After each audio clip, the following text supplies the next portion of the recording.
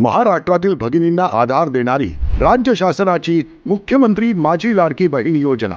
या योजनेअंतर्गत अल्प उत्पन्न गटातील 21 ते 65 वयोगटाच्या भगिनींना मिळणार दरमहा 1500 रुपयाची मदत. अर्ज करण्यासाठी 31 ऑगस्ट 2024 पर्यंत मुदतवाढ.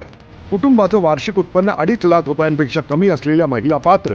कुटुंबाकडे पिवळं किंवा केशरी रेशन कार्ड असल्यास उत्पन्नाचा दाखला आवश्यक नाही. पांढरं रेशन कार्ड असेल किंवा रेशन कार्ड नसेल तर कुटुंबाचं वार्षिक उत्पन्न 2.5 लाखांपेक्षा कमी असल्याचा दाखला आवश्यक. योजनेसाठीचा ऑनलाईन अर्ज नारी शक्ती दूत ॲपवरून किंवा पोर्टलवर भरता येईल.